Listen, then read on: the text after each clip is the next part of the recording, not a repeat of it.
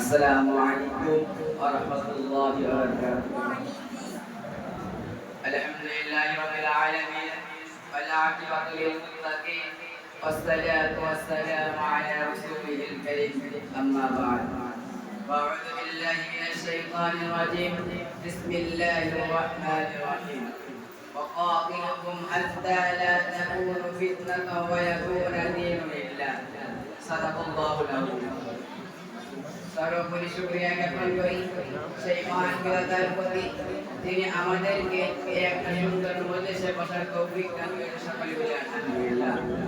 তারপর পর্যায়ে যিনি সৃষ্টি না হলেন আসমান জমিন কুল কায়নাত এমনকি 18,000 মখলুকাতকে সৃষ্টি যত না দরবারে সালামের নাগা প্রেরণ করে সকলে বলি সাল্লাল্লাহু আলাইহি ওয়াসাল্লাম।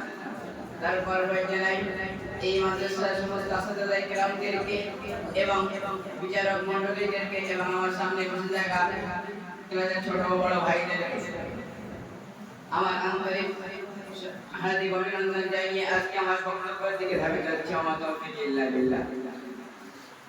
আমরা সকলেই জানি আজ থেকে ৭৬ বছর পূর্বে এই ভারতবর্ষ ছিল অত্যাচারী জালিম দল ইংরেজদের শাসক। তারা ইস্ট ইন্ডিয়া কোম্পানি এসে করে এই ভারতবর্ষে প্রবেশ করেছিলেন, কিন্তু তাদের উদ্দেশ্য ছিল ব্যবসার নয়। তাদের উদ্দেশ্য ছিল যে ভারতবর্ষের টাকা পয়সা ধন সম্পদকে শোষণ করে তাদের নিজেদের দেশে নিয়ে যাবে। কিন্তু ভারতবর্ষের টাকা পয়সা শোষণ করে তাদের ক্লান্ত হয়নি। তারা এই ভারতবর্ষের টাকা পয়সা শোষণ করে তাদের ক্লান্ত হয়নি।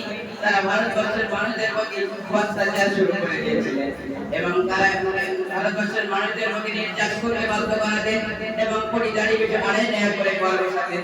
এবং তারা এই ঘোষণা দিয়েছিলেন যে ভারতবর্ষের মানুষের জন্মগত ভারতবর্ষী, কিন্তু দৃষ্টি কালচার আচার ব্যবহার হবে পৃথিবীর মতো। এদের কোনো ধর্মীয় স্বাধীনতা দেওয়া হবে না। সেই চ্যালেঞ্জের মোকাবিলা করতে শাহ আব্দুল আজিজ দেহলভী রহমাতুল্লাহি আলাইহি উচ্চ কণ্ঠে জিহাদের ফতোয়া জারি করেন। সেইখান থেকে শুরু হয়ে গেল ব্রিটিশ শাসকের জিহাদ। তারপরে ইস্ট ইন্ডিয়া কোম্পানি এই ঘোষণা দিয়েছিলেন যে তাদের মুখে থাকবে দাড়ি, পরনে থাকবে লম্বা জামা, মাথায় থাকবে টুপি, তাদেরকে ধরে ফাঁসির দড়িতে ঝুলিয়ে দেওয়া হবে।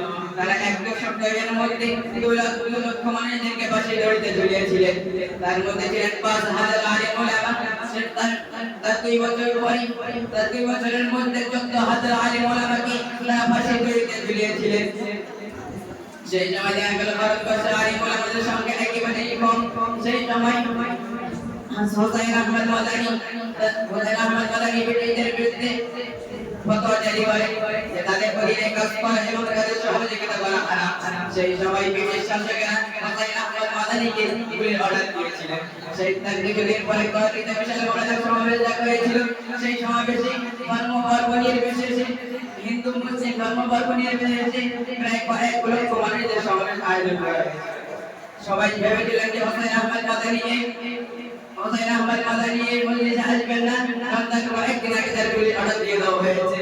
কিন্তু মজলিস শুরু হবে করে দেখি হোসেন আহমদ মাদানী হাতে কাপড় নিয়ে কবিতা পড়তে পড়তে স্টেজে উঠে ইংরেজদের বিরুদ্ধে বয়ান শুরু করে দিয়েছিলেন।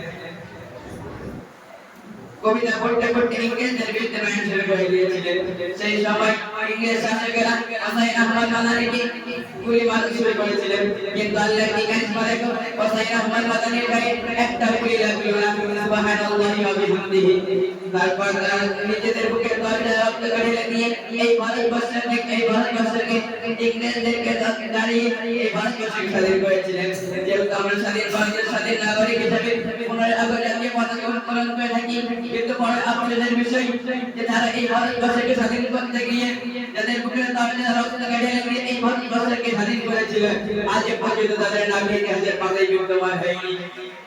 আজ থেকে ১০০০ বছর পূর্বে রাসূল সাল্লাল্লাহু আলাইহি ওয়াসাল্লাম তার সুন্নাতে বলে গেছেন, আল হাক্কু নূরুন ওয়াল কুফরু বাতিলুন বাতিলুন বাতিল ওয়াল কুফরু যুলমান।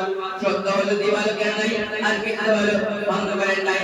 সত্য অন্ধকার কোনদিন দিবালোককে গ্রাস করতে পারে না, কিন্তু দিবালোক অন্ধকারকে গ্রাস করে নাই। তাই তারা এই সত্যি ইতিহাসকে টেনে হোক না কেন, এই সত্যি ইতিহাসকে টেনে রাখতে পারবে না। একদিন এই সত্যি ইতিহাস করে রাখবে ইনশাআল্লাহ। এই বলে আমার বক্তব্য দিতে চাই।